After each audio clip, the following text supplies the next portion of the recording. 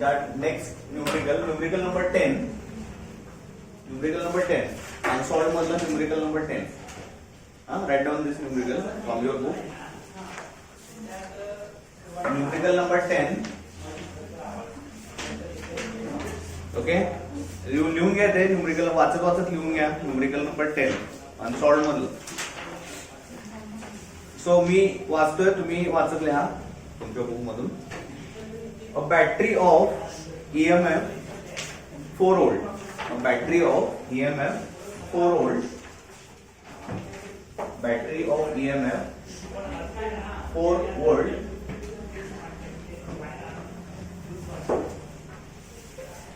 Battery of EMF 4 volt and internal resistance and internal resistance 1 ohm and internal resistance 1 ohm is connected parallel to another battery is connected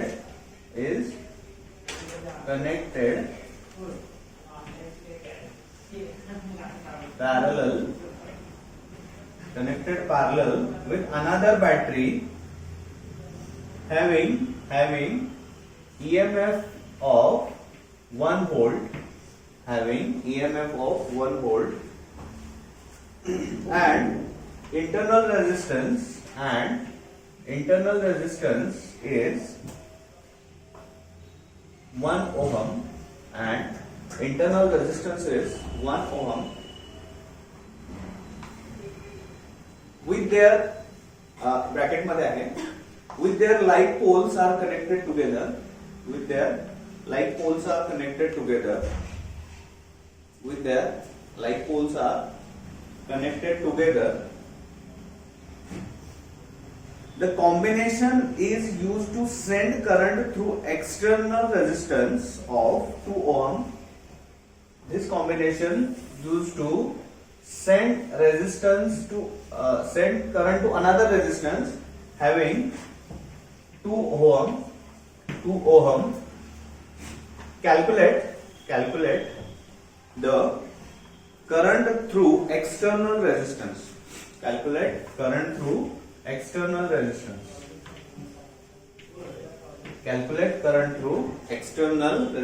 Okay. आता कालपर्यंत आपण वेगवेगळ्या स्टाईलनं current find out केले. Okay. पहिल्या केस मध्ये आपण directly find out केला. कुठला फॉर्म्युला वापरला? I is equal to V upon R.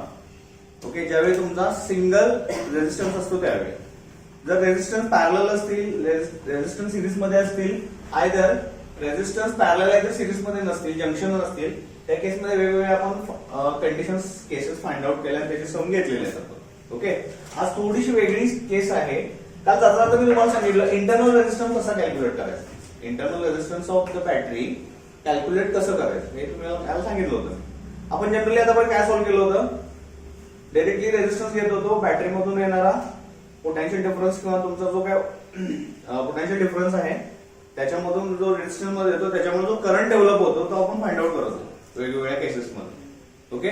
पण आपण कुठंही आतापर्यंत इंटरनल रेजिस्टन्स कॅल्क्युलेट केलेला नाही.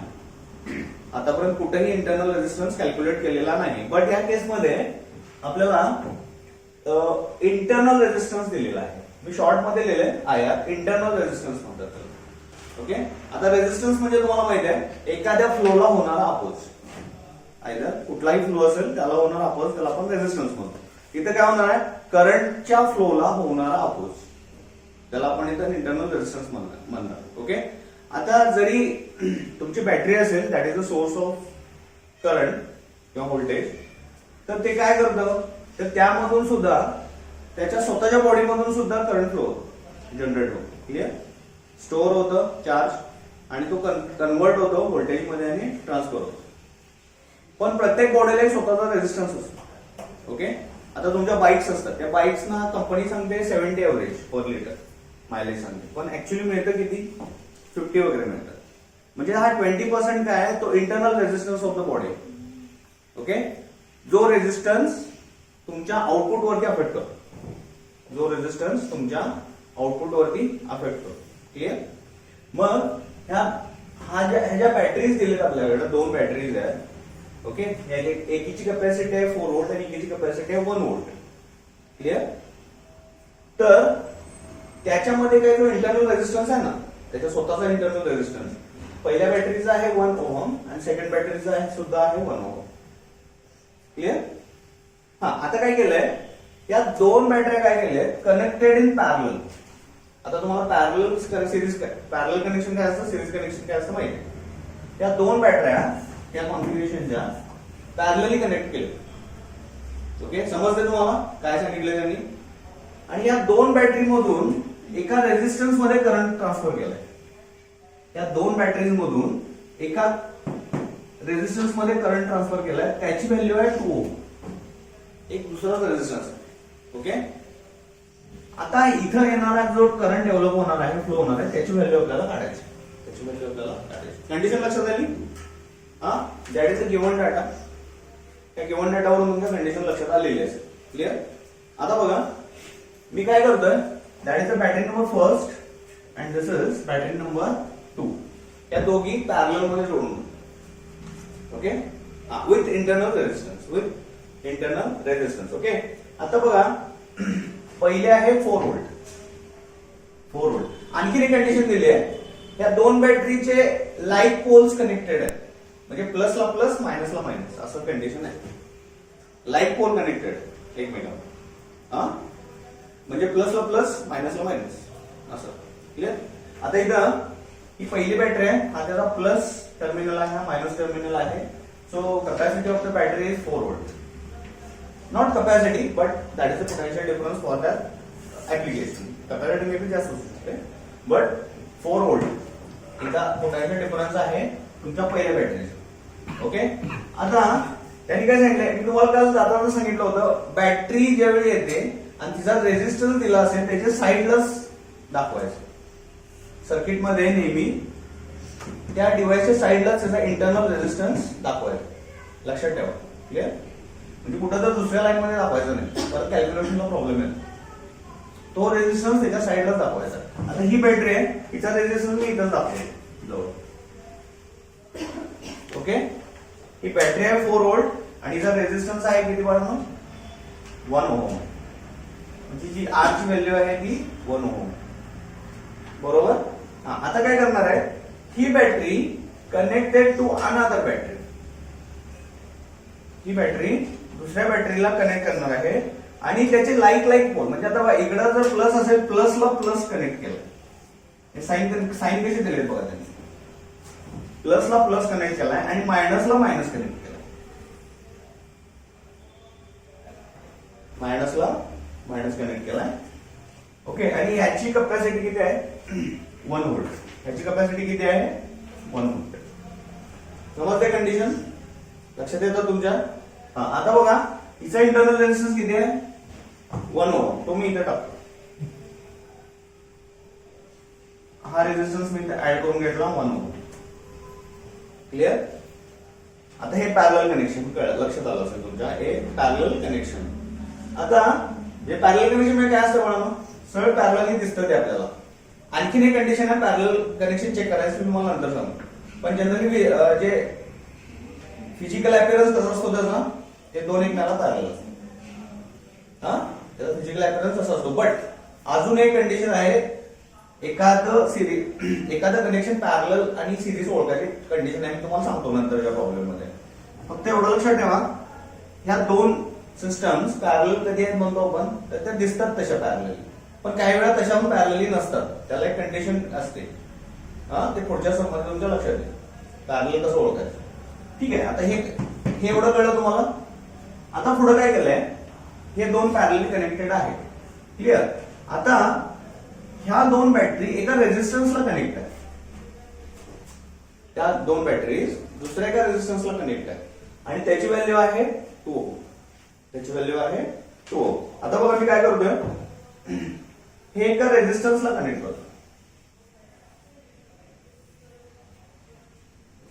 ओके, आणि रेजिस्टन्स ची व्हॅल्यू आहे 2 ओहम. समजलं? 2 battery parallel connected, again they are connected with another resistance having 2 ohm resistance. having 2 ohm resistance. आता बघा, आता आपल्याला एक फिगर मिळाली, आपण एक्सप्लेनेशन वरून फिगर काढली. आता आपण यानंतर काय करतोय, त्याला आपण कसं काढणार, करंट कसा काढतो आपण अशा कंडिशन मध्ये किरचॉफ लॉ यूज करतो. कुठला लॉ करतोय, किरचॉफ लॉ.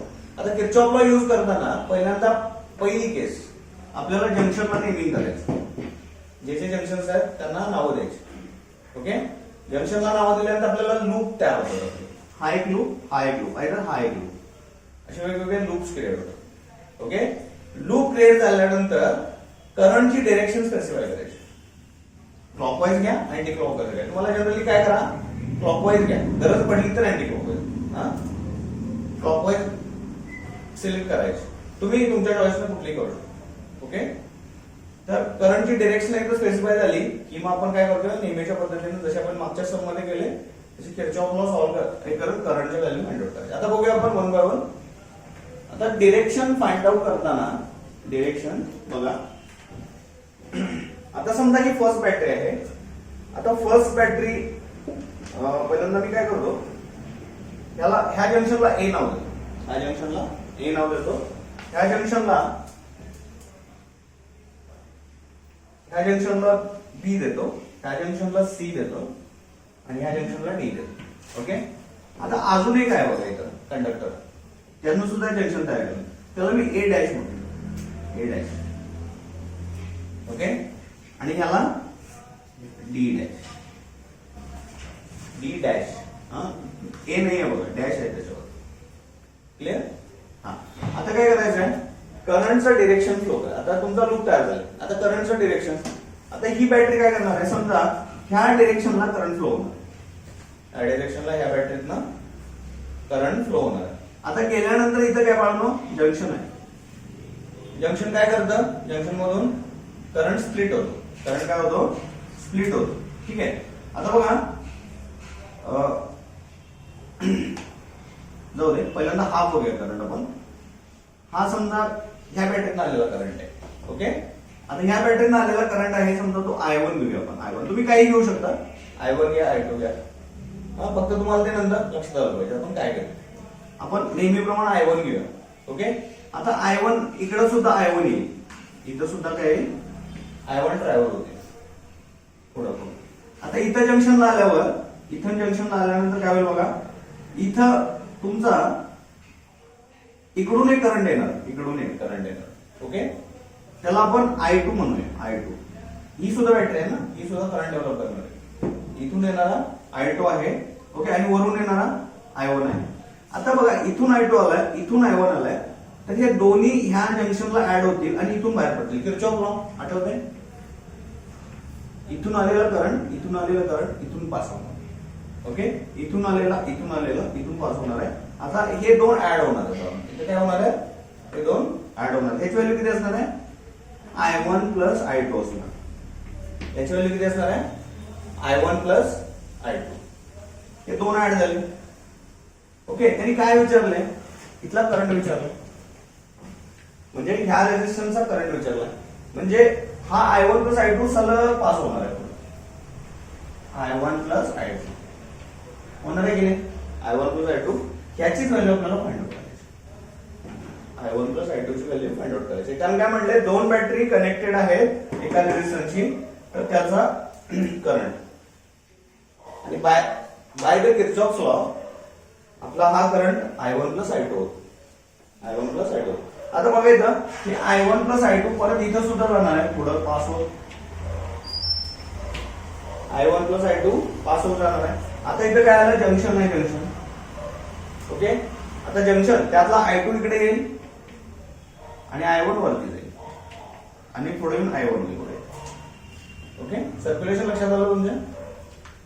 ओके, आता आपण काय करूया, लूप टेस्ट करूया. आता फिगर काढून घ्या, लूप काढूया आपण, पुढची कॅल्क्युलेशन करू. व्यवस्थित काढून घ्या, नाव नेमिंग व्यवस्थित द्या,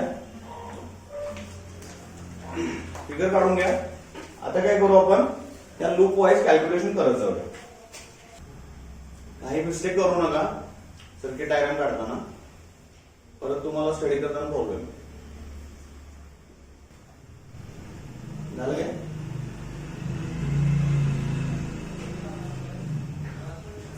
आता बघा तुम्ही लूप कन्सिडर करताना आता हा लूप घेऊ शकता किंवा हा घेऊ शकता किंवा हा टोटल लूप घेऊ शकता.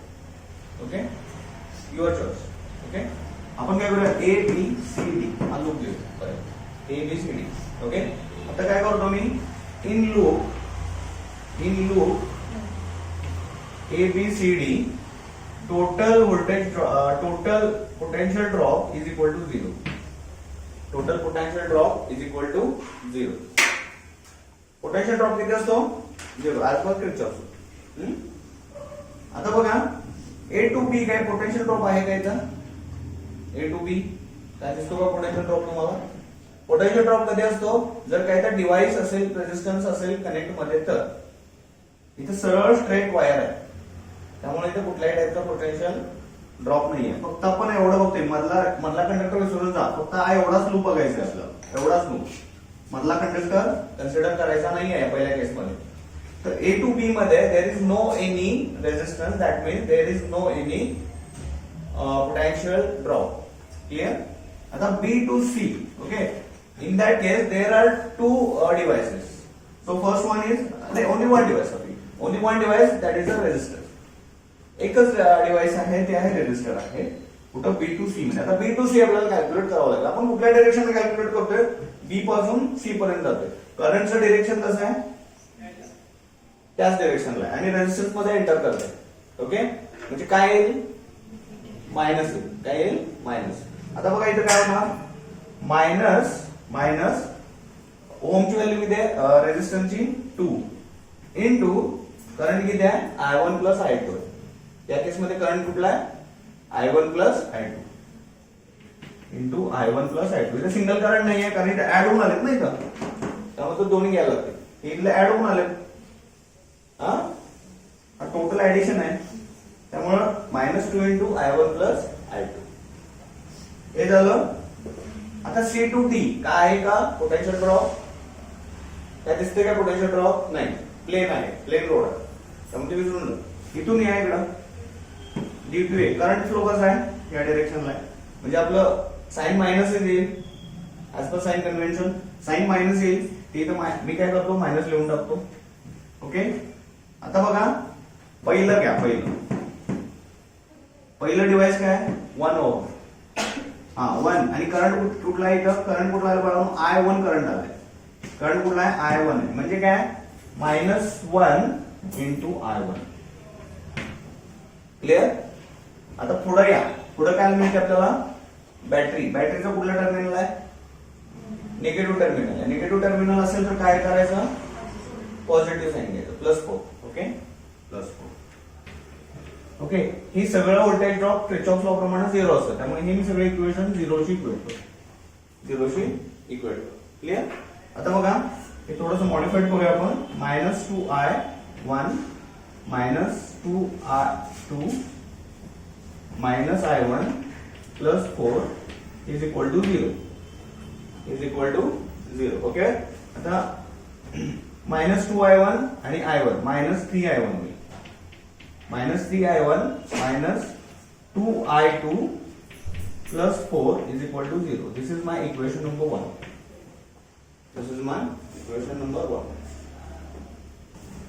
आता मी काय केलं? हा लूप बघितलो. सॉरी, टोटल लूप बघितला. आता काय करूया? हा टोटल लूप बघितला. आता बघूया हा लूप. कुठलेही 2 लूप घ्या, काय प्रॉब्लेम नाही.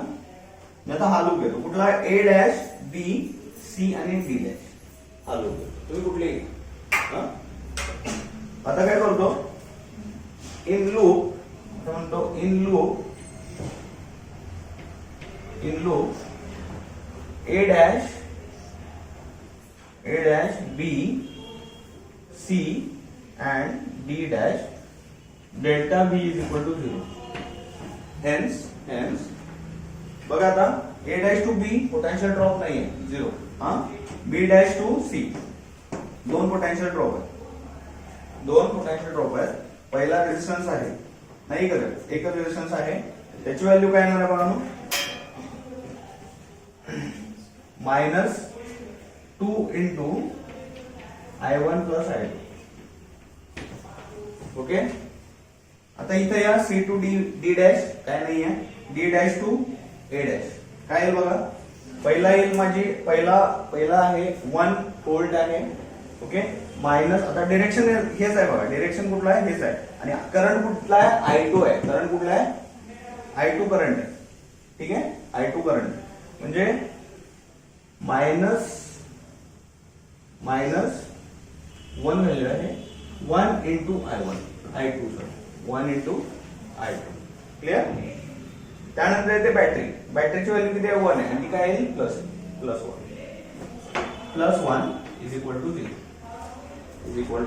0 ओके. सो थोडस मॉडिफाईड करूया. -2I1 -2I2 -I2 plus 1 is equal to 0 okay. आता बघा इथं -2I1 I1 नाही आहे -2I2 आणि I2 -3I2 होईल. Okay so -2I1 -3I2 plus 1 is equal to 0. This is my equation number 2.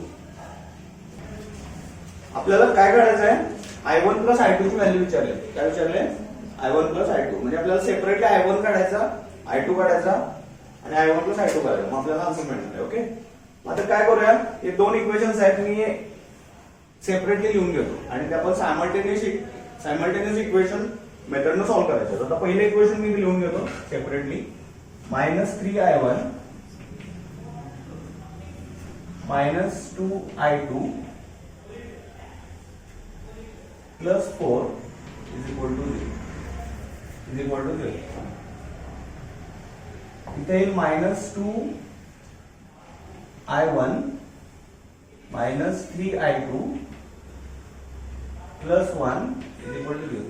आता बघा याचे जे आयच्या टर्म आहेत इथं 1 आहे इथं 1 आहे इथं 2 आहे 2 आहे त्यामुळं बाकी सगळे टेन्शन नाही आहे. लास्ट टाइम आपण काय केलं होतं ही व्हॅल्यू पुट करत गेलो होतो आणि सेम केलं होतं I1 I2 च्या व्हॅल्यू. पण इथं तसं काय गरज नाही डायरेक्टली तुम्ही सॉल्व्ह करू शकता.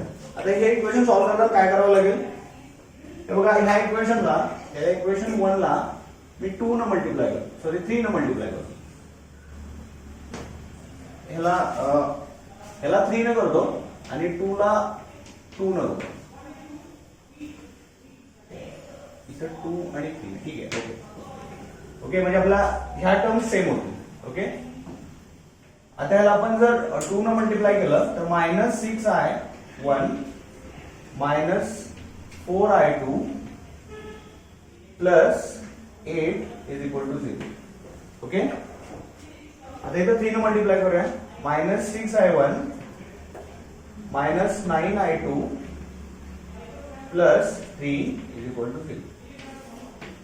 Equal to 0. ओके आता हे सबस्ट्रॅक्ट करून घेऊ. ते दोन इक्वेशन सबस्ट्रॅक्ट करू. सबस्ट्रॅक्ट केल्यानंतर तुमच्या ह्या सगळ्या साईन चेंज होतील. ही प्लस होईल ही प्लस होईल ही मायनस होईल. Okay so 6I1 cancel. ठीक आहे आता इथं +9 आणि -4 आहे म्हणजे 5I2 is equal to 5 plus 5 is equal to 3. Okay so I2 किती येईल I2 is equal to -4 I2 किती येईल -4. आता बघा लिहून घ्या आपलं डिरेक्शन फाइंड आउट करायचं असेल तर डिरेक्शन तुम्ही क्रॉस चेक करू शकताय. डिरेक्शन क्रॉस चेक करू शकताय. I2 ची व्हॅल्यू किती आली -1. ओके इथं I2 कुठे आहे इथं आहे बघा I2 इथे हे थोडंसं एक्सेप्शनल केस आहे. I2 कसा ट्रॅव्हल करतोय इकडून ट्रॅव्हल करतोय म्हणजे तो पहिल्या कुठल्या टर्मिनल मध्ये एंटर करतोय मायनस. हे आपण प्रमाणात प्लस पाहिजे की मायनस पाहिजे. निगेटिव्ह टर्मिनलला ज्यावेळी करंट एंटर करतो तो प्लस ट्रीट करायचा की मायनस ट्रीट करायचा प्लस ट्रीट करायचा. इथं काय आले value minus. That means that direction is wrong. म्हणजे ऍक्च्युअल सर्किटमध्ये ही डिरेक्शन काम करू शकत नाही. ओके, पण जर आता पुढची व्हॅल्यू आपण काढणार आहे, पुढची व्हॅल्यू काढणार आहे म्हणजे आता कुठली आपण I1 ची व्हॅल्यू काढणार आहे. आता I1 ची व्हॅल्यू काढल्यानंतर ही व्हॅल्यू आपण चेक केली, समजा I1 प्लस I2 हा करंट चेक केला आणि ह्याची डिरेक्शन जर बरोबर आली की बरोबर आहे समजायचं, आणि ह्याची जर डिरेक्शन चुकली की आपला लूप चुकला. पण जनरली तसं होत नाही, ह्याची डिरेक्शन सुद्धा करेक्ट येण्याची शक्यता असते. क्लिअर? म्हणजे हे हा अनालिसिसचा पार्ट आहे, एवढं डोकं नका लावू, पण तुम्ही डिरेक्शन चेक करू शकता ह्याच्यावर. ठीक आहे, आता काय करूया आपण I1 ची व्हॅल्यू काढा. I1 ची व्हॅल्यू काय करा, कुठल्याही एका इक्वेशन मध्ये ठेवून काढून दाखवा. त्यातलं कुठलेही इक्वेशन सिलेक्ट करा, ह्यातलं ह्यामध्ये I2 ची व्हॅल्यू ठेवा आणि I1 काढा बघू. सांगा मला किती होतं I1. समजा हा put I2 is equal to -1 in equation 1 म्हणा, आणि मला सांगा I1 ची व्हॅल्यू किती आहे ते सांगा.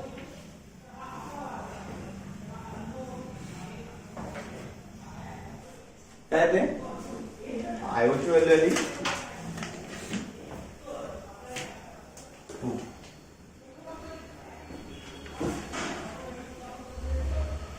त्याची युनिट लिहा आपण एम्पियर.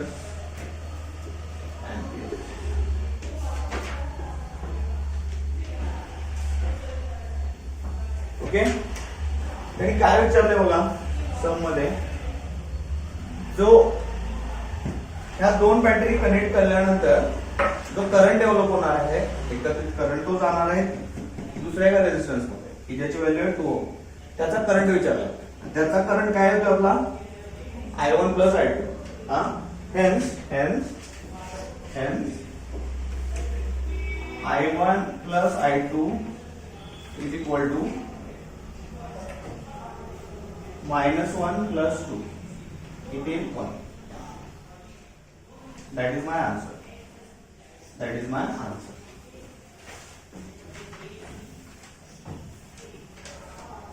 ओके, आता बघा I1 प्लस I2 ची डिरेक्शन चेक करा. काय येते डिरेक्शन, काय येते प्लस येते ना, प्लस. आता ह्याचे I1 plus I2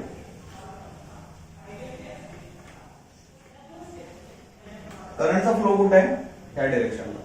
okay, answer book मध्ये आन्सर चेक करा किती येते. बुक मध्ये आन्सर चेक करा, काय आले 1 आले ना.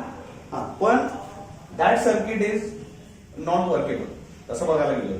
ओके, हा पुढचा अनालिसिसचा पार्ट आहे. तुला आन्सर बरोबर आहे, पण दॅट आता इथं डिरेक्शन इथली पण रॉंग आहे की नाही, तर -1 यायला पाहिजे होतं, डिरेक्शन रॉंग आहे तसं बघायला गेलं. एवढा अनालिसिसचा विचार करू नका तुम्ही, फक्त आन्सर काढा तुमच्या 12th लेवल. आन्सर आपलं बरोबर आले. क्लिअर? ओके, तर झालं संपलं तुमचं, घेऊन घेतलं. तर पुढचं सम घ्या. हे सम तुम्ही होमवर्कला करू शकता. सॉल्व्ड एक्झाम्पल आहे, सेम आहे, सेम सॉल्व्ड एक्झाम्पल तुमच्या बुक मध्ये आहे 9.2. सेम आहे सॉल्व्ड एक्झाम्पल, सेम व्हॅल्यूज फक्त चेंज. ओके, हे होमवर्कला करा तुम्ही. आन्सर पण आहेत तुमच्याकडं, काही इश्यू नाही. सेम आहे, आपल्याला वेळ घालवायला नको. सेम क्वेश्चन आहे, फक्त हे इक्वेशन चेंज होतं. इक्वेशन फक्त सॉल्व्ह वेळ घालवलं, बाकी आन्सर सेम, म्हणजे पॅटर्न सेम आहे, फक्त व्हॅल्यू चेंज. ते होमवर्कला करा. ठीक आहे, आता पुढचा आपण पॉइंट स्टार्ट करूया. वेटस्टोन ब्रिज इरेज करू.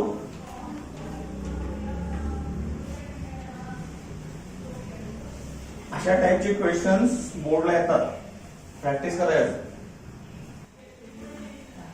So next point is Wheatstone bridge.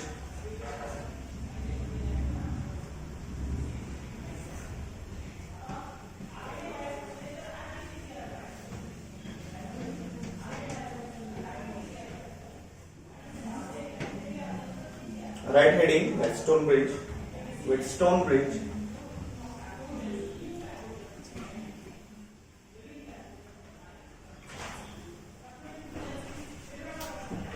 इथे लिहितो त्याचं, it is a device, it is a device used for measure unknown resistance. प्रॅक्टिकलला बघितले का वेलस्टोन ब्रिज? प्रॅक्टिकलला तुमचा एक्सपेरिमेंट आहे याच्यावर, बघितलंय वेलस्टोन ब्रिज, दाखवलंय तुम्हाला. हा, तर एक असं डिव्हाइस असतं की जे एखाद्या सर्किट मधला अननोन रेजिस्टन्स फाइंड आउट करतं. काय करतं? Unknown resistance. समजा एक रेजिस्टन्स मिसिंग आहे, व्हॅल्यू मिसिंग आहे, तर काळजी करायची नाही, वेलस्टोन ब्रिज वापरायचं आणि फाइंड आउट करायचं ती व्हॅल्यू, मिसिंग व्हॅल्यू. म्हणजे प्रॅक्टिकली, ओके, प्रॅक्टिकली तुम्ही फाइंड आउट करू शकताय. तसं थेरॉटिकल पण फाइंड आउट करू शकताय. त्यासाठी एक प्रोसिजर आहे ती आपण आता बघू. ओके, तर वेलस्टोन ब्रिजला तुमचे जे रेजिस्टन्स आहे ते एका पर्टिक्युलर पॅटर्न मध्ये तुम्हाला कनेक्ट करावं लागतं. पर्टिक्युलर पॅटर्न मध्ये, त्यामध्ये तुम्हाला एक गॅल्व्हनोमीटर नावाचा डिव्हाइस फिट करावा लागतो. Galvanometer, okay. तर ते एका स्क्वेअर शेप मध्ये जोडून त्याच्या डायगोनली गॅल्व्हनोमीटर जेव्हा तुम्ही कनेक्ट करता त्यावेळी तुम्हाला अननोन रेजिस्टन्स फाइंड आउट होतो. काय होतो? अननोन रेजिस्टन्स फाइंड आउट होतो. आता मी एक तुम्हाला एक सॅम्पल वेलस्टोन ब्रिज कसं असतं याचे there are number of applications in your practical याच्यामध्ये याचे नंबर ऑफ ऍप्लिकेशन्स आहेत. ओके, प्रत्येक ठिकाणी वापरतात. हे पाण्याची इम्प्युरिटी मेजर करायला चेक होतं, युज होतं. परत वेगवेगळे जे तुमचे गॅजेट आहेत, इलेक्ट्रिकल गॅजेट, त्याच्यामध्ये वेलस्टोन ब्रिज युज होतं. ओके, मग तुमच्या मोबाईल्स मध्ये सुद्धा काही केसेस मध्ये हे ऍप्लिकेशन्स असतात. जिथं तुमचे इलेक्ट्रिकल गॅजेट्स असतात, इलेक्ट्रिकल इलेक्ट्रॉनिक गॅजेट्स, तिथं वेलस्टोन ब्रिजची कॉन्सेप्ट युज करून एक in short there is a sensor. हा एक सेन्सर आहे, इलेक्ट्रिकल सेन्सर आहे. क्लिअर? हा, त्याचं स्ट्रक्चर कसं असतं तर आता इथं 4 रेजिस्टन्स असतात. 4 रेजिस्टन्स की जे एका स्क्वेअर शेप मध्ये कनेक्ट केले. म्हणजे आता बघा, हा पहिला रेजिस्टन्स आहे, resistance 1. Okay, this is resistance 2. Figure वरती,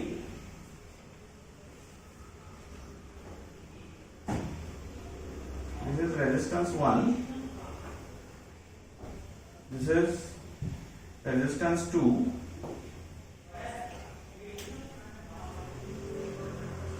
okay, this is resistance 3, and this is resistance 4. हे 4 रेजिस्टन्स आहे.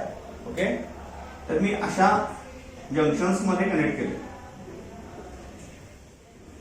अशा जंक्शन्स मध्ये क्रिएट केले. तुझं काय चाललंय बघ, लक्ष द्या, समजून घे, बोलू. आता हे जंक्शन्स मी काय करतोय, बॅटरीला कनेक्ट करतो. हे जंक्शन्स मी बॅटरीला कनेक्ट करतो, कुठल्या पण एका पॉवर सोर्सला कनेक्ट करतो. एका पॉवर सोर्सला हे जंक्शन्स कनेक्ट करतो. क्लिअर? आता बघा, त्यातला हा समजा आहे माझा R1 रेजिस्टन्स, ठीक आहे. त्यानंतर हा आहे R2, ठीक आहे. हा आहे R3 आणि हा आहे R4.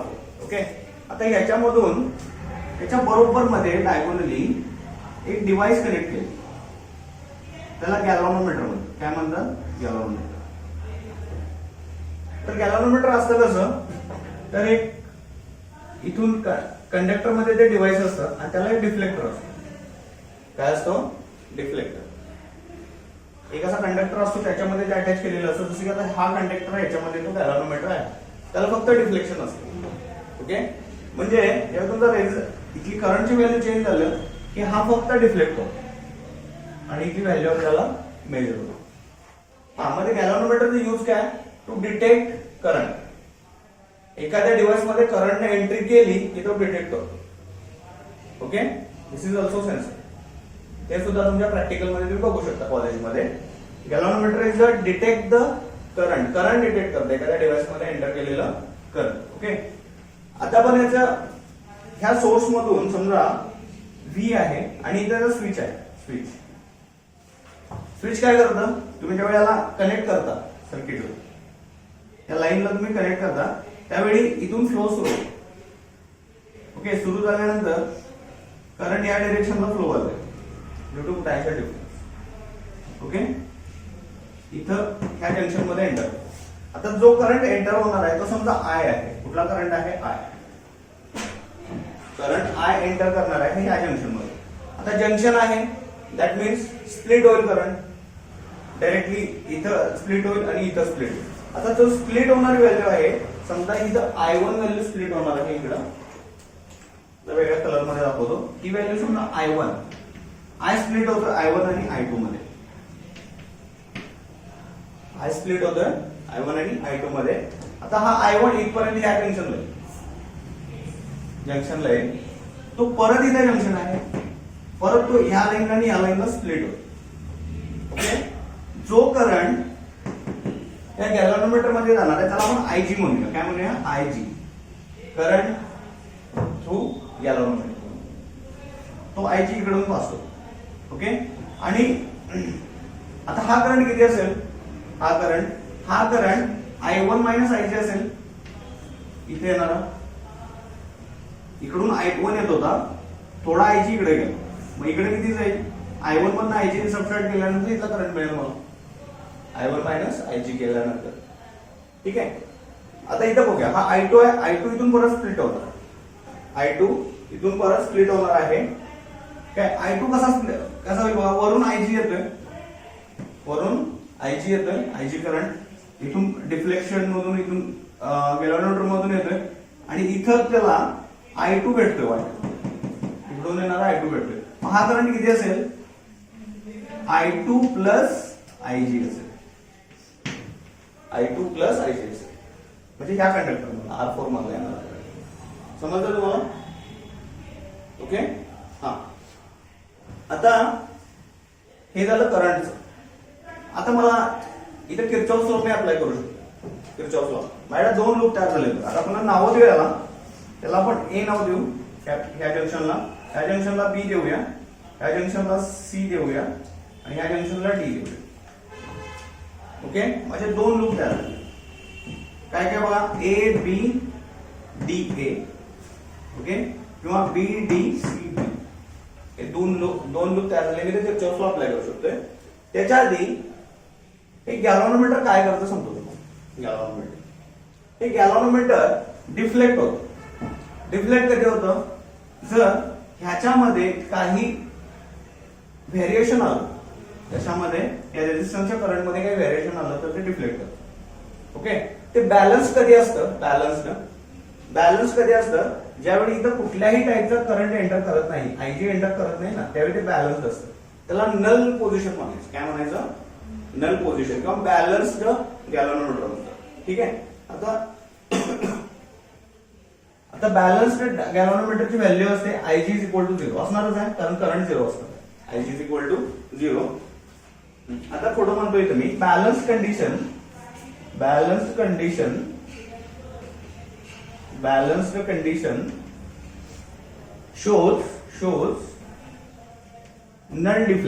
shows null deflection. Okay, आता ही फिगर व्यवस्थित ड्रॉ करून घ्या. याच्यावरती आपल्याला डेरिव्हेशन घ्यायचं. ठीक आहे, त्याच्यावरून आपल्याला बॅलन्स कंडिशन फाइंड आउट करायची. बॅलन्स कंडिशन तुमच्या लक्षात आली. इथं कुठलाही करंट फ्लो होणार नाहीये आणि हा जो काही पॉइंटर आहे तो डिफ्लेक्ट होणार नाहीये, म्हणजे तो स्थिर राहणार. ओके, त्याला बॅलन्स कंडिशन म्हणायचं. आता ही बॅलन्स कंडिशन आपल्याला डेराइव्ह करायची आहे. त्याच्या आधी फिगर व्यवस्थित काढून घ्या. हे सगळ्यांनी जे नावं दिलेत नेहमी हे व्यवस्थित घ्या. ओके, व्यवस्थित घ्या. वेस्टर्न ब्रिज लक्षात आलं तुम्हाला कशासाठी वापरतात हे? It is device is use for measure unknown resistance. हे unknown resistance measure. Okay, unknown resistance समजून हे व्यवस्थित घ्या. ज्या करंटच्या व्हॅल्यूज आहेत त्या व्यवस्थित घ्या. त्या चूक करू नका. वेगवेगळे पेन वापरले तर चालतील. रेड कलर, ग्रीन कलर असतील तर तुमच्या लक्षात येईल.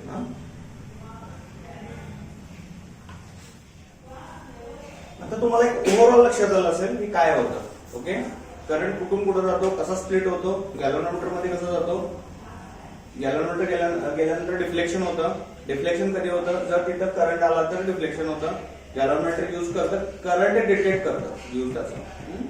एखाद्या डिव्हाइस मध्ये आलेलं करंट डिटेक्ट करणे त्याला म्हणतात गॅल्व्हनोमीटर. ठीक आहे. आता ह्याची बॅलन्स्ड कंडिशन कशी असते, तर बॅलन्स कंडिशनला एकच कंडिशन आहे, गॅल्व्हनोमीटर मध्ये जर करंट आला नाही तर ते डिफ्लेक्शन दाखवणार नाही, त्यामुळे असेल बॅलन्स कंडिशन. ओके. आता काय करूया की बॅलन्स कंडिशनचे आपल्याला एक एक्सप्रेशन मिळतं, मॅथमॅटिकल एक्सप्रेशन. ते एकदा एक्सप्रेशन मिळालं की आपण यावरचे सगळे सम सॉल्व्ह करू शकतो. ओके. याचे जे तुम्हाला पेपरला सम येणार आहेत बोर्डला ते आपण सॉल्व्ह करू शकतो. पहिल्यांदा आपल्याला काय डिराईव्ह करायला लागेल, याचं एक मॅथमॅटिकल स्टेप मिळते आपल्याला. ओके. ती कधी स्टेप मिळते, जर आपण हे बॅलन्स्ड आहे असं कन्सिडर करून त्याच्या करंटचं अनालिसिस केलं तर मिळते आपल्याला. ठीक आहे. मग आता आपण काय करूया, हे बॅलन्स्ड आहे असं कन्सिडर करूया, म्हणजे इथं कुठल्याही गॅल्व्हनोमीटर डिफ्लेक्शन नाहीये. ओके. म्हणजे मी थोडीशी आणखीन एक फिगर इथं घेतोय गॅल्व्हनोमीटरची, सॉरी व्हीलस्टोनची. आता ह्या केस मध्ये बघा आपण असं कन्सिडर करूया, it is totally balanced. It is totally balanced. That means your value of Ig is equal to 0. Value of Ig is equal to 0. Okay. Similarly हे परत एका बॅटरीला कनेक्ट आहे,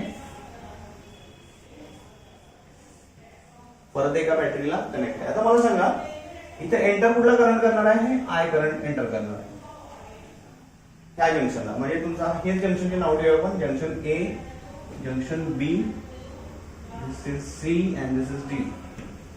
ओके. आता ए जंक्शनला एंटर करणार आहे, इथं आय येईल, आय. ओके. आय. आता इथं ते स्प्लिट होईल, हा करंट इकडं स्प्लिट होईल, इकडं होईल तुमचा I1 येईल इकडं. ओके. या डिरेक्शनला येईल I2. इथपर्यंत काही प्रॉब्लेम नाहीये. इथं आल्यानंतर ही व्हॅल्यू 0 आहे, म्हणजे इकडे करंट जात नाही. म्हणजे ही व्हॅल्यू किती असेल, I1च ट्रान्सफर होईल इकडं बॅलन्स कंडिशन मध्ये.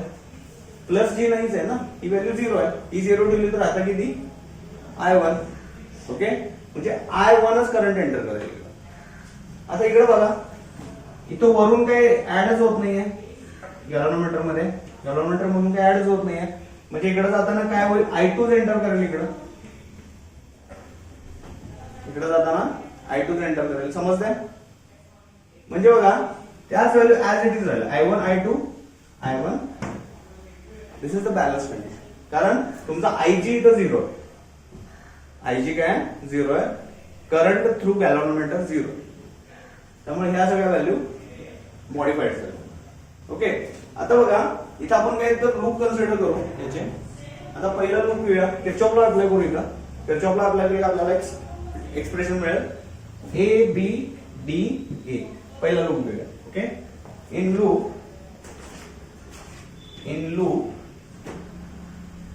ए बी डी आणि ए. ओके. आता ए टू बी बघा, करंट एंटर इकडे जाऊया. ओके. आणि समजा ह्याची रेजिस्टन्स आहे R1, याचा रेजिस्टन्स आहे R3, याचा रेजिस्टन्स आहे R4 आणि याचा रेजिस्टन्स आहे R2. ओके.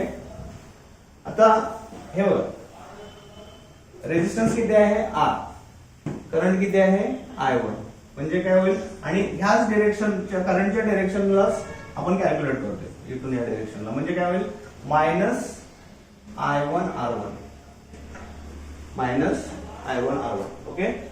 आता इथे या, हा लूप असा आहे ना, असा घेतला ना लूप आपण, इथे या B टू D या, इथे करंट 0 आहे, पोटेन्शियल ड्रॉप म्हणजे फक्त ते शोभेला ठेवले, त्याचा काही तो यूज नाही. इथे कुठला पोटेन्शियल ड्रॉप होत नाही, कारण ते नन डिफ्लेक्शन दाखवते, त्यामुळे कुठलाही करंट तिथे लॉस होत नाही.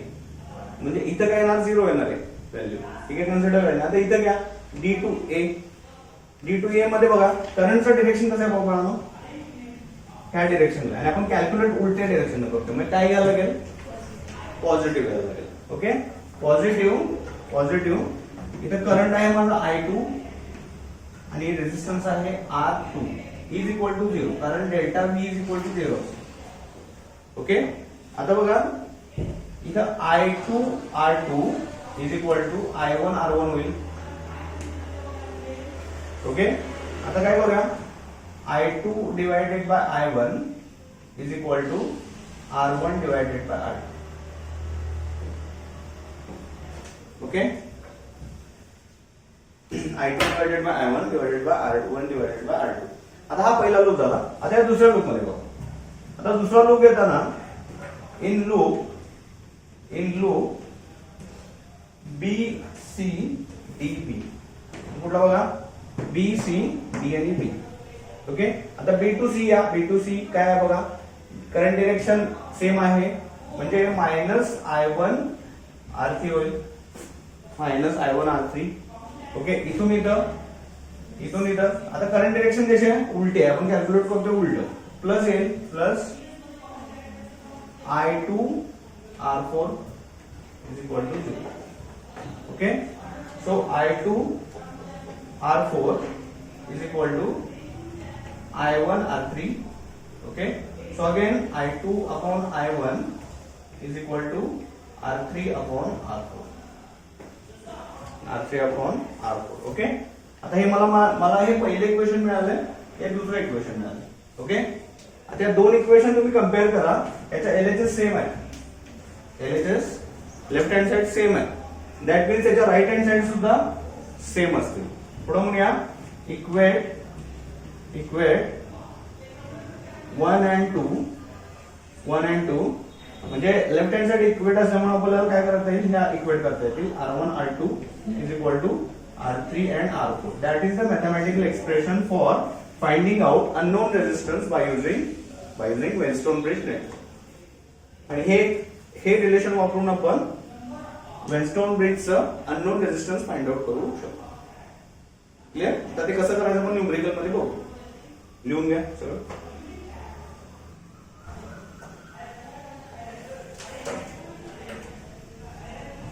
ही घेतलेला ड्रॉ करून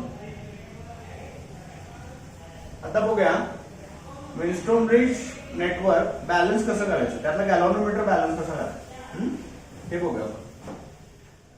आता हाऊ टू बॅलन्स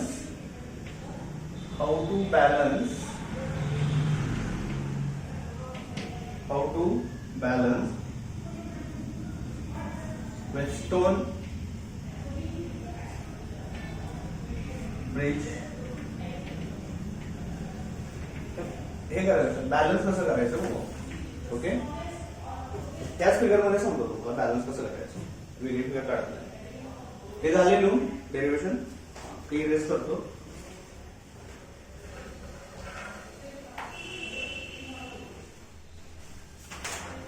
हा, आता बॅलन्स करण्यासाठी हे बॅलन्स करतानाच आपल्याला अननोन रेजिस्टन्स मिळतो आपल्याला. ओके, समजा माझ्याकडं काही व्हॅल्यूज आहेत. R1 ची व्हॅल्यू मला नोन व्हॅल्यू आहे, R1 ची व्हॅल्यू नोन व्हॅल्यू आहे माझ्याकडे, नोन म्हणजे मला माहिती असलेली व्हॅल्यू आहे. ओके, R2 सुद्धा नोन आहे, R4 नोन आहे, बट R3 माहित नाही, R3 माहित नाही. तर कसं यूज करायचा, कसा काढायचा हे, तर आपण काय करायचं, तुम्ही रेजिस्टर बघितलेत कधी फिजिकली, बघितले रेजिस्टर असे असतो शेप दिसतात. एक असा कंडक्टर असतो आणि त्याला पुढे एक असं डोम शेप असतात.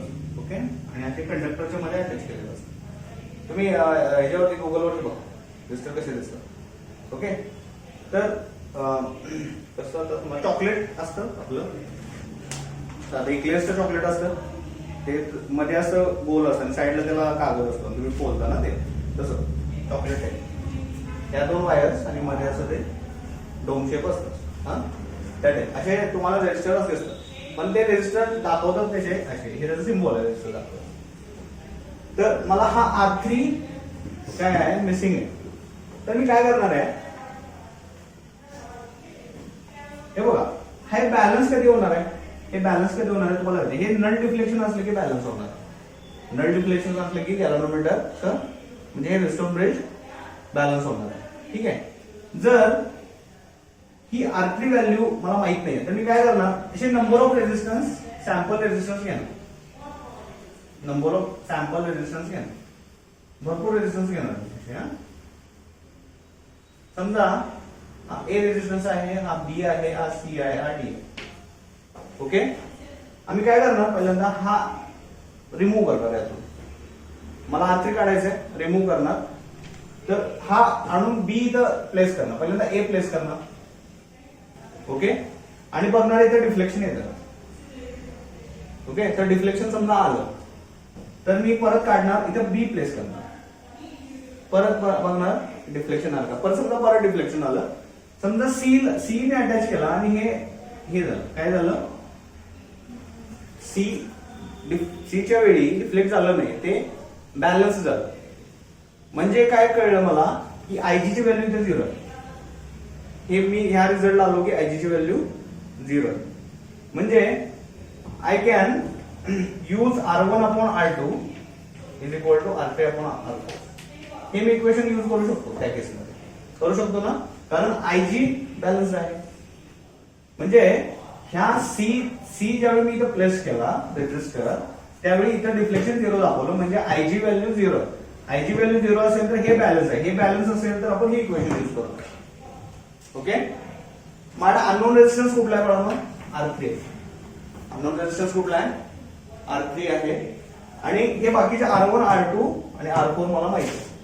मग मी काय करणार, डायरेक्टली हे व्हॅल्यू तर ठेवून देणार, ज्या काय दिलेल्या असतील त्या 2 4 7 ज्या असतील त्या व्हॅल्यू मी ठेवून देणार. आणि R3 ला एका साईडला ठेवणार, बाकीचं R1 R2 इंटू R4 केलं की मला काय मिळेल, value of R3 unknown resistance मिळेल.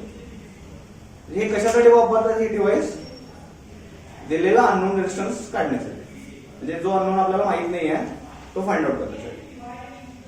ठीक आहे. आता हे कसं होतं, तुमच्या व्हेकल मधले फॉल्ट मेजरमेंटला युज होतं. आता कसे असतात, सगळे सेन्सिंग कार्स आहेत, म्हणजे जे व्हेकल्स असतात त्या. एखादा सेन्सर, एखादा काही प्रॉब्लेम असेल तर ह्या डिव्हाइसला कनेक्ट करतात. त्यावरून तुमचा जो बंद आहे सेन्सर तो डिटेक्ट होतो. म्हणजे हा that is one type of sensor in short. Okay, तुमच्या सगळे इलेक्ट्रिकल गॅजेट्स वगैरे आहेत त्याचं ज्या वर्किंग कंडिशन्स मधल्या गोष्टी नाही आहेत त्या इथे डिटेक्ट करून देतो हे डिव्हाइस असतं. क्लिअर, हा एक टाईपचा सेन्सर. ओके, आणि हे बघा, हे आता बंद झालं, ही पद्धत नाहीये, तर व्हेरिएबल रेजिस्टर वापर. व्हेरिएबल रेजिस्टर म्हणजे काय, रेजिस्टर हा प्रत्येक वेळी असेंबल डिसअसेंबल करायचा नाही, इथं वापरायचा variable resistor.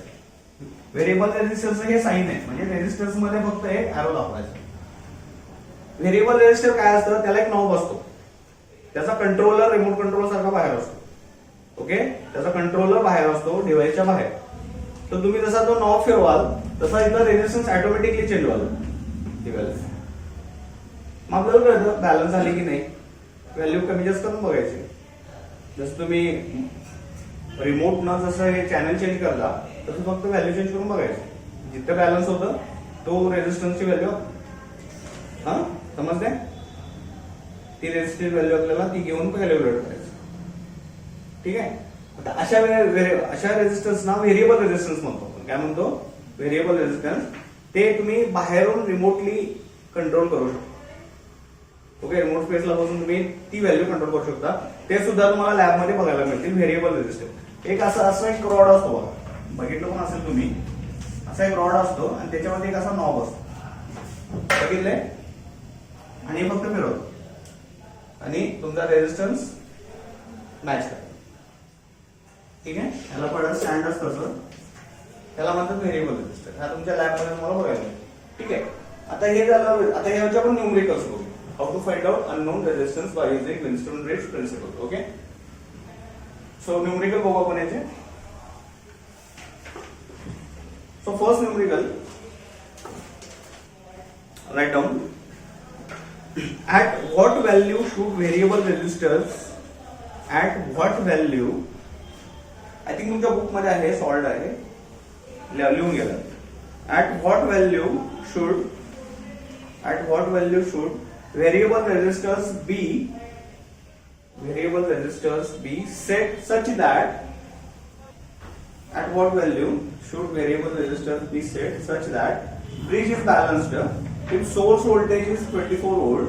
Find voltage across XY under balanced condition. The book मध्ये एक फिगर दिलेली आहे तुम्हाला, अशी फिगर आहे बघा ती.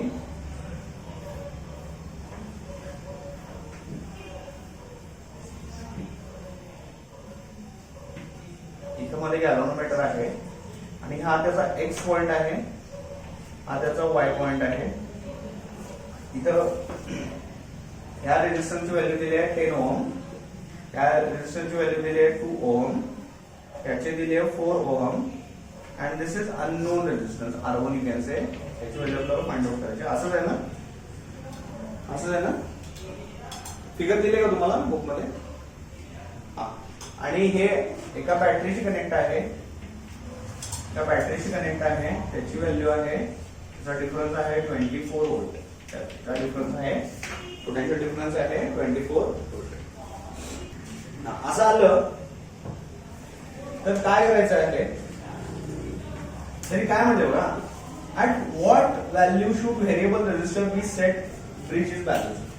अशा कुठल्या व्हॅल्यूला, 2 मिनिटं लक्ष द्या, अशा कुठल्या व्हॅल्यूला तुमचं हे गॅल्व्हनोमीटर स्टेबल होणार, म्हणजे ब्रिज तुमचं सेट होणार आहे. सेट होणार आहे म्हणजे तुमचं गॅल्व्हनोमीटर नल डिफ्लेक्शन दाखवणार आहे. अशा कुठल्या व्हॅल्यूला, ती व्हॅल्यू म्हणजे कुठली असेल, इथं कुठली व्हॅल्यू मी प्लेस केल्यानंतर हे नल बॅलन्स दाखवावं लागेल, नल डिफ्लेक्शन दाखवावं लागेल, त्यानंतर बॅलन्स होतो, अशी कुठली व्हॅल्यू आहे.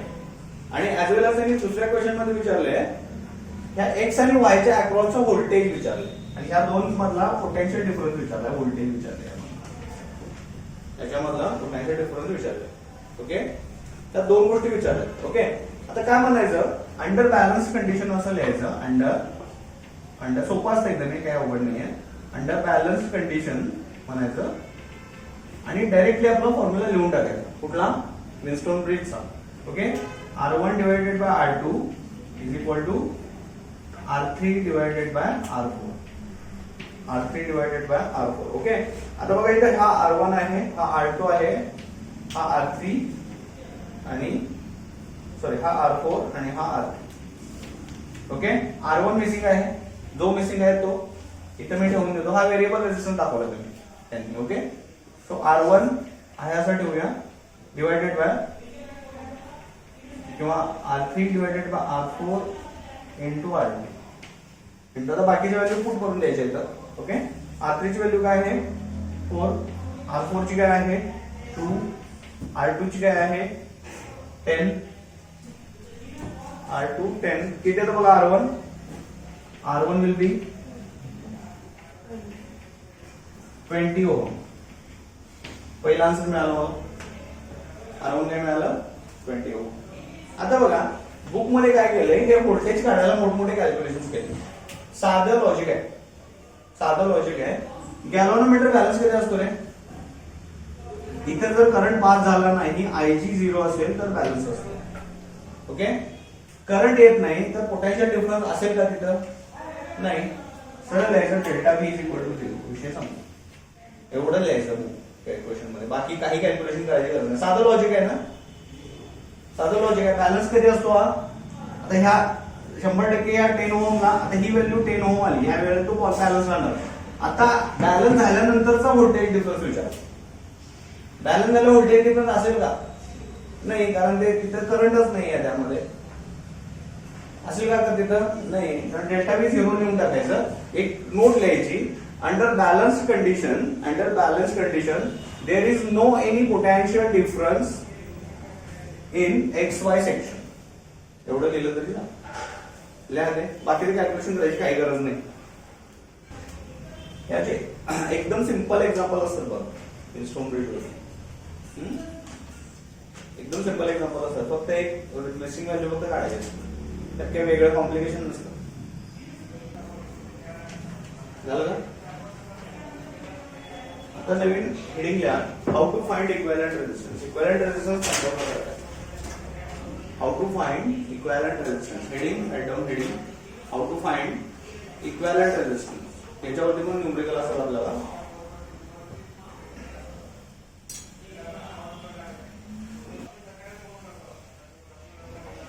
How to find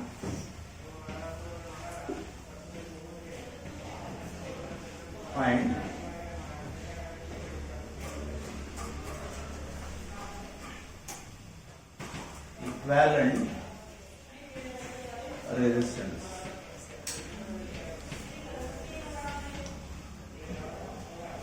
How to find equivalent resistance? Okay, एक सिंपल सर्किट डायग्राम घेतो इथं. सिंपल सर्किट डायग्राम, दोन रेजिस्टन्स आहेत, ते दिसायला सिरीज मध्ये दिसतात. ओके, दिसायला म्हणतात. आपल्याला एक आता कंडिशन चेक करायची आहे की ते आपल्याला चेक करायचं की ते खरंच सिरीज मध्ये आहेत का आणि ते खरंच पॅरलल आहेत का, हे एकदा चेक करतोय. आपल्याला करू शकतो. हा, ते दिसत जरी असतील काही वेळा तर सिरीज मध्ये नसतात. त्यासाठी कंडिशन आहे ती आपल्याला बघायची आहे. आणि ते दिसत जरी असतील पॅरलल आहेत, पॅरलल कनेक्शन, पण काही वेळा पॅरलल कनेक्शन नसतं. ते कसं बघूया आपण. आता हे दोन सिरीज मध्ये आहेत, so called seriously connected, serially connected sorry. तर पहिला आहे 5 ohm, value of 5 ohm. Second आहे 10 ohm. Then these are connected with battery. Okay, so voltage is 30 volt. Okay, 30 volt. आता एक मी तुम्हाला सांगितलंय पहिल्या लेक्चर पासून हे सांगितलं इक्विव्हॅलेंट रेजिस्टन्स. आता डायरेक्टली हे दोन रेजिस्टन्स आहेत. ओके, तर आपण काय करतोय, I is equal to V upon R काढतो करंट. ओके, आता V काय असतं बाळांनो, हा तुमचा पोटेन्शियल डिफरन्स असतो, व्होल्टेज, त्या बॅटरीची कॅपॅसिटी असते. ओके, आणि R असतो हा रेजिस्टन्स. हा तुम्ही डायरेक्टली दोन असल्यामुळं त्याचा इक्विव्हॅलेंट व्हॅल्यू घ्यायला लागते. त्याची काय लागते, इक्विव्हॅलेंट व्हॅल्यू. मी तुम्हाला सांगितलंय काय, पण इथं थोडंसं वेगळं आहे बघा. RS इक्विव्हॅलेंट सिरीज कशी घेतो आपण, 5 ओहम प्लस 10 ओहम म्हणजे येतं माझं 15 ओहम. 15. ओके, हे डायरेक्टली आता ही R ची व्हॅल्यू आपल्याला ठेवायला लागते, दोन्हीचं ऍडिशन. म्हणजे इथं मी समज किती आलंय माझं 15 आणि व्होल्टेज आहे 30, म्हणजे आला करंट आला माझा 2 अँपिअर. Okay, 2 ampere. आता ह्याचं मिनिंग काय, तर जो करंट आहे ना, current I is equal to 2 ampere, तो पहिल्यांदा इथे येईल, इथून एंटर करेल. हे बघा, इथे एंटर करेल 2 अँपिअर. तो इथं जरी आला तुम्ही तर 2 अँपिअरच असणार आहे. इथं जरी असला तरी तुम्ही 2 अँपिअरच असणार. हा, आता हे मेजर कसं करायचं हे प्रॅक्टिकली आपण चेक करू शकतो सिरीज मध्ये. आपण यासाठी करंट मेजर करण्यासाठी कुठलं डिव्हाइस सांगितलं मी तुम्हाला मागच्या लेक्चरला सांगितलं होतं.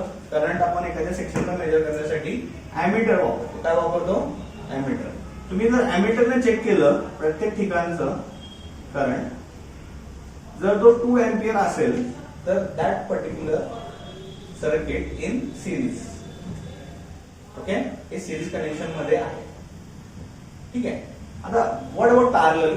पॅरलल मध्ये काय येतं, तर पॅरलल मध्ये तुमचा करंट चेंज होतो कारण तो स्प्लिट होतो. पॅरललला जंक्शन येतं. पॅरललला काय असतं, जंक्शन असतं. म्हणजे समजा हे पहिला रेजिस्टन्स आहे, हा दुसरा पॅरलली कनेक्टेड रेजिस्टन्स आहे. ओके, आणि हे तुमचे एका बॅटरीशी कनेक्ट आहेत, बॅटरीशी कनेक्ट आहेत. ओके, तर काहीतरी आपण इथे व्हॅल्यू घेऊया, तर राहू दे व्हॅल्यू, फक्त आपल्याला कन्सेप्ट समजून घ्यायचं. ओके, ह्याचा पोटेन्शियल डिफरन्स समजा V आहे. पोटेन्शियल डिफरन्स समजा V आहे. ओके, समजा मी घेतली ह्या जंक्शनची व्हॅल्यू, हे मायनस आहे प्लस आहे, ह्या जंक्शनची व्हॅल्यू V पकडली, समजा V पकडली, तर ह्या जंक्शनची व्हॅल्यू वाढून किती येईल, 0 येईल. कारण V मायनस 0 इथे आहे, V आहे. समजलं. किंवा तुम्ही इकडची V पकडा, इकडची किती येईल, येईल ना 0. कारण दोन्हीतला डिफरन्स V आहे, म्हणजे ही V असेल तर ही काय असेल. समजते मी काय सांगतोय. आता बघा, जर ह्या एंडची व्हॅल्यू 0 असेल तर ह्या जंक्शनची व्हॅल्यू पण 0 असेल. पोटेन्शियल डिफरन्स इथला, इथली व्हॅल्यू V असेल. क्लिअर. तुम्ही इथं जा, इथली व्हॅल्यू V असेल, इथली 0 असेल, इथली V असेल, इथली 0 असेल, असेल की नाही. पण व्हॉट अबाउट करंट, तुमचा करंट ज्यावेळी येणार आहे, करंट फ्लो होणार आहे, तो करंट तुमचा इकडे सुद्धा डिस्ट्रीब्यूट होणार आहे, इकडे सुद्धा डिस्ट्रीब्यूट होणार. समजा हा आय करंट आहे, इकडे I1 डिस्ट्रीब्यूट होणार आहे, इकडे I2 डिस्ट्रीब्यूट होणार आहे. तो इक्वली डिस्ट्रीब्यूट होईल का? होईल का सांगा? नाही होणार. समजा इथली व्हॅल्यू जास्त आहे, रेजिस्टन्सची इथली कमी आहे. समजा इथली 10 ओम आहे आणि इथली 5 ओम आहे, तर करंट कुठे जास्त जाईल? करंट कुठे जास्त आहे? ओके, तर करंटची व्हॅल्यू ह्या तुमच्या रेजिस्टन्सवरती डिपेंड करेल, स्प्लिट किती होणार आहे. त्यामुळं तुमच्या ह्या पोझिशनला तुमचा करंट सेम असेलच असं नाहीये, पण तुमचा पोटेन्शियल डिफरन्स तो सेमच असणार आहे प्रत्येक सेक्शनला. आणि जर सेम असेल तरच ते सर्किट पॅरलल मध्ये आहे. म्हणजे दिसते पॅरलल म्हणून पॅरलल मध्ये आहे असं नाही आहे. तुम्हाला दोन सेक्शनचा पोटेन्शियल डिफरन्स चेक करावा लागतो. तर तो प्रत्येक सेक्शनला सेम आला, समजते मी काय सांगतोय? Very important concept. प्रत्येक सेक्शनला जर तो सेम आला, then and then your circuit is in parallel connection. समजते? पण ह्या केस मध्ये बघा, तुमचा करंट सेम आहे, करंट डिस्ट्रीब्यूट नाही झालेला. ओके, बट तुमचा पोटेन्शियल डिफरन्स डिफरंट असतो. तुम्ही जर आपण पोटेन्शियल डिफरन्स कसा मेजर करतो? कुठलं डिव्हाइस असतं? व्होल्टमीटर, बरोबर? व्होल्टमीटर मेजर करतो. काल सांगितलं तुम्हाला डिव्हाइसचे नाव. हे कसं दोन सेक्शनच्या मध्ये लावतो. ज्या दोन सेक्शन मध्ये मला मेजर करायचं आहे त्यामध्ये लावतो. ह्या सेक्शन मध्ये पण लावा तुम्ही व्होल्टमीटर, तुम्हाला ह्या व्हॅल्यू डिफरंट भेटतील. ह्या व्हॅल्यू डिफरंट भेटतील. तुमचा पोटेन्शियल ड्रॉप प्रत्येक ठिकाणी वेगळा असू शकतो. म्हणजे मला काय म्हणायचं आहे, इथं करंट सेम असतो बट पोटेन्शियल डिफरन्स वेगळा असतो. इथं पोटेन्शियल डिफरन्स सेम असतो बट करंट वेगळा असू शकतो. समजून घ्या. ह्याच्यावरून ठरतं तुमचं सिरीज दिलेलं सर्किट सिरीज मध्ये आहे की पॅरलल मध्ये आहे. समजतंय? दिलेलं सर्किट सिरीज मध्ये आहे की पॅरलल मध्ये. ते दिसते पॅरलल म्हणून पॅरलल असेलच असं नाहीये. त्याचा एक न्यूमरिकल आपण बघायचं. त्याआधी आपल्याला चेक करावं लागेल. ते कसं चेक करायचं ते मी सांगतो तुम्हाला. क्लिअर? सिरीजला एवढा काही प्रॉब्लेम येत नाही. सिरीजला कळतं, जनरली करंट एकदा काढला की तुमच्या लक्षात येतं. पण पॅरलल मध्ये थोडंसं चेक करावं लागतं. तुमचा पोटेन्शियल डिफरन्स चेक करावा. समजते? आता पुढे बघूया त्याचे न्यूमरिकल्स बघू. हे लिहून घेणार आहे का लिहून? येणार असेल तर घ्या, नाही तर डायरेक्टली न्यूमरिकल स्टार्ट करूया. एक ह्या टाईपचा सम आपण घेतलेला आहे इक्विव्हॅलेंट रेझिस्टन्सचा, आणि घेऊ नंतर डायरेक्टली सम घेऊया. How to find out equivalent resistance. एक्झामला अशा टाईपचे क्वेश्चन्स येतात.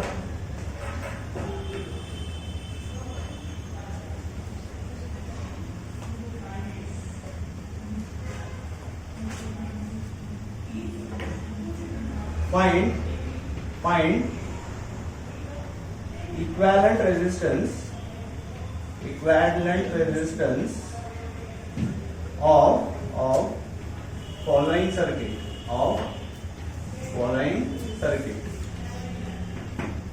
Find equivalent resistance of following circuit. Okay, तर मी ते सर्किट काढून घेतोय. त्याच्यामध्ये रेजिस्टन्स आहे इथं, त्यानंतर ह्या लेगवरती एक रेजिस्टन्स आहे, त्यानंतर इथे एक आहे, आणि इथं बॅटरी कनेक्टेड आहे.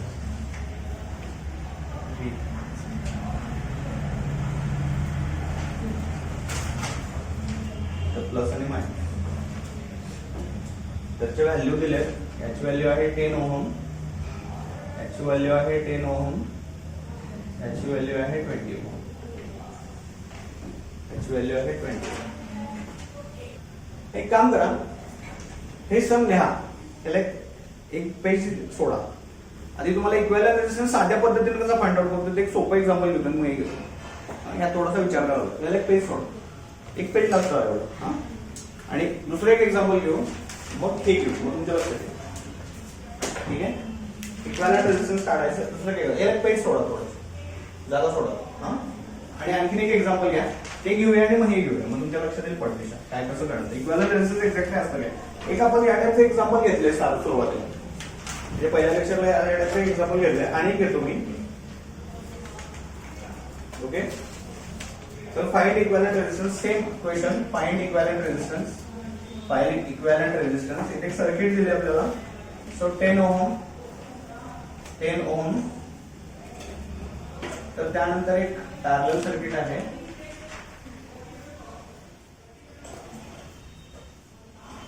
Okay, so value will be 10 ohm, then 10 ohm, this is also 10 ohm,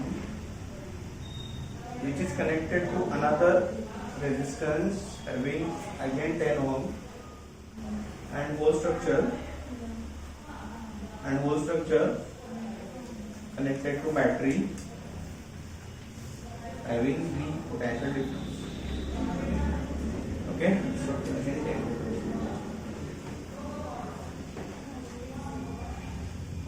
हे बघा, हे आधी त्याला पे सोडलं आणि हे बघू,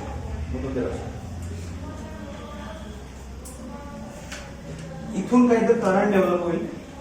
ओके, तो पहिल्यांदा झाली ह्या रेझिस्टन्स मध्ये की ज्याची व्हॅल्यू आहे 10 ओम. लक्ष द्या गेलं नंतर लिहा. नंतर येईल इथं, परत इथं जाईल. आता इथं काय होईल बाळांनो, स्प्लिट होईल.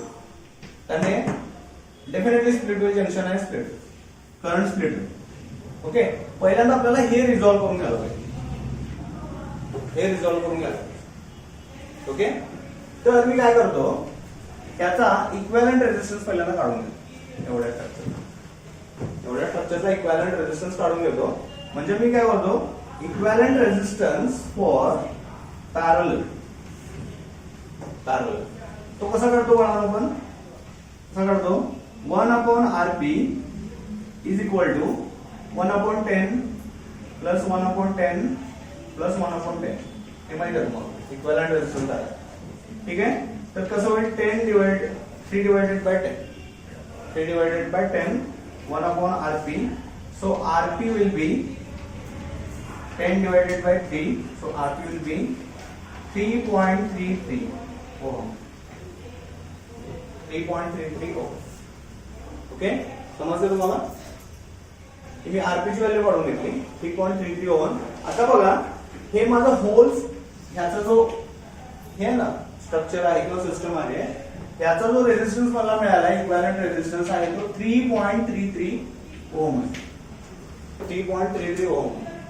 आता मी काय करणार, हे सगळं रिप्लेस करणार एका रेझिस्टन्स, सगळं रिप्लेस करणार एका रेझिस्टन्स. ओके, आता मी हे जे पूर्ण सिस्टम आहे ते एका याच्याशी रिप्लेस करतो, म्हणजे बाकीचं सेम राहील.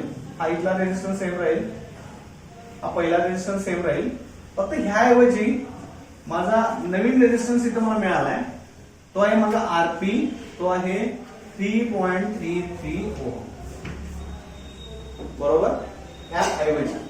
त्यानंतर आणखी एक रेझिस्टन्स आहे, दिस इज ऑल्सो 10 ओम. ओके, आणि इथं बॅटरी, बॅटरी. ओके, सगळे 10 ओमच आहेत. हा फक्त वेगळा. ठीक आहे, आता तुम्ही बघा, इथं कुठं जंक्शन आहे का लाईन मध्ये, इथं कुठं जंक्शन आहे नाही, ते एकाच कंडक्टरवरती सगळे रेझिस्टन्स, म्हणजे ते सिरीज मध्ये, म्हणजे तुमचा करंट ड्रॉप होणार नाही, याचा अर्थ ते सिरीज मध्ये. ते कसे आहे, सिरीज मध्ये. मग डायरेक्टली याचा इक्विव्हॅलंट रेझिस्टन्स काढायचा, टोटल इक्विव्हॅलंट रेझिस्टन्स, टोटल म्हणूया आपण. ओके, तर तो किती येईल बघा, 10. सिरीज मध्ये काय होतो, डायरेक्ट ऍडिशन करतो आपण. 10 प्लस 10 प्लस 3.33 प्लस 10. ओके, म्हणजे 30.33 ओम. ओके, 33.33 ओम. ओके, आता तुम्हाला यामध्ये कदाचित करंट पण विचारते.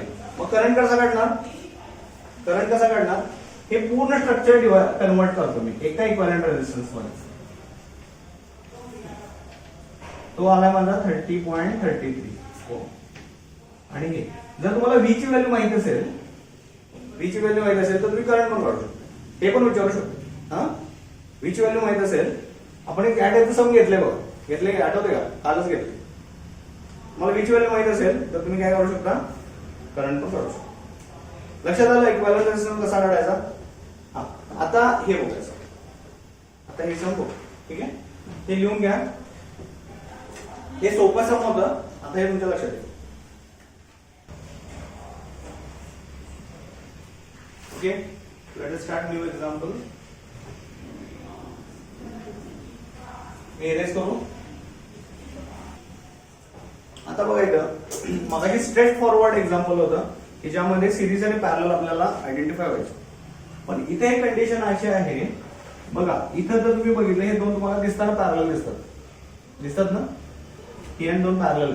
पण याच्या मधल्या एका कंडक्टर वरती आणखी एक रेझिस्टन्स टाकला. ओके, त्यामुळे थोडीशी डाऊटफुल कंडिशन क्रिएट होते. आता मला सांगा म्हणून जर ह्याचा व्होल्टेज व्ही असेल तर ह्याचा किती असेल, 0 असेल. असं चेक करायचं. याचा व्ही असेल तर याचा 0 असेल.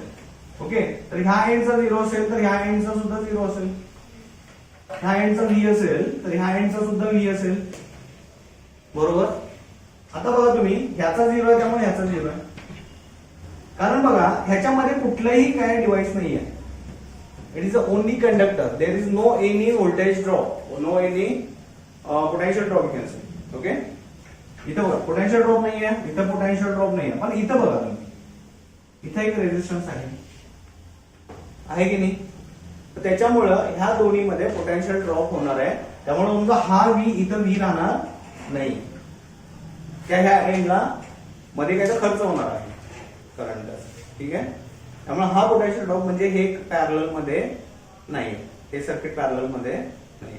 दिसताना दिसतं पॅरलल मध्ये, बट कशामुळे नाही आहे पॅरलल, त्या मधल्या रेझिस्टन्स मुळे पॅरलल. समजून घ्या. हा ठीक आहे. आता हे करण्यासाठी आपल्याला पहिल्यांदा जंक्शन्सला नेमिंग करायचं.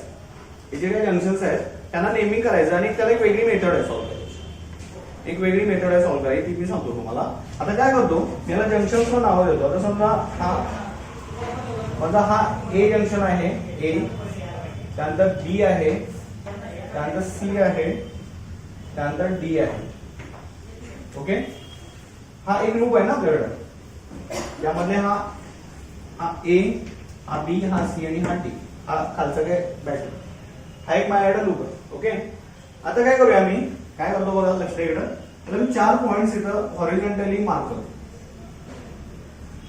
हा पॉइंट आहे ए पॉइंट, हा पॉइंट आहे बी, हा जंक्शन सी आणि हा, म्हणजे ते जंक्शन पॉइंट मी हॉरिझॉन्टली मार्क करून घेतो. ओके, आता बघा ए टू बी कुठला रेझिस्टन्स आहे मला, 10 ओहम. म्हणजे ए टू बी माझ्याकडं 10 ओहम रेझिस्टन्स आहे.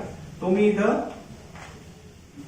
ठेवून दे ए टू बी मध्ये. समजतंय काय केलंय. आता बघा बी टू सी मध्ये किती रेझिस्टन्स आहे माझ्याकडं, 10 ohm. B to C again आहे 10 ओहम.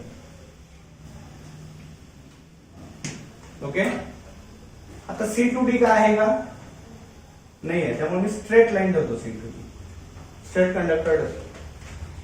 पण डी टू ए एक आहे, तो आहे 20. म्हणजे तो कसा आहे ना, डी टू ए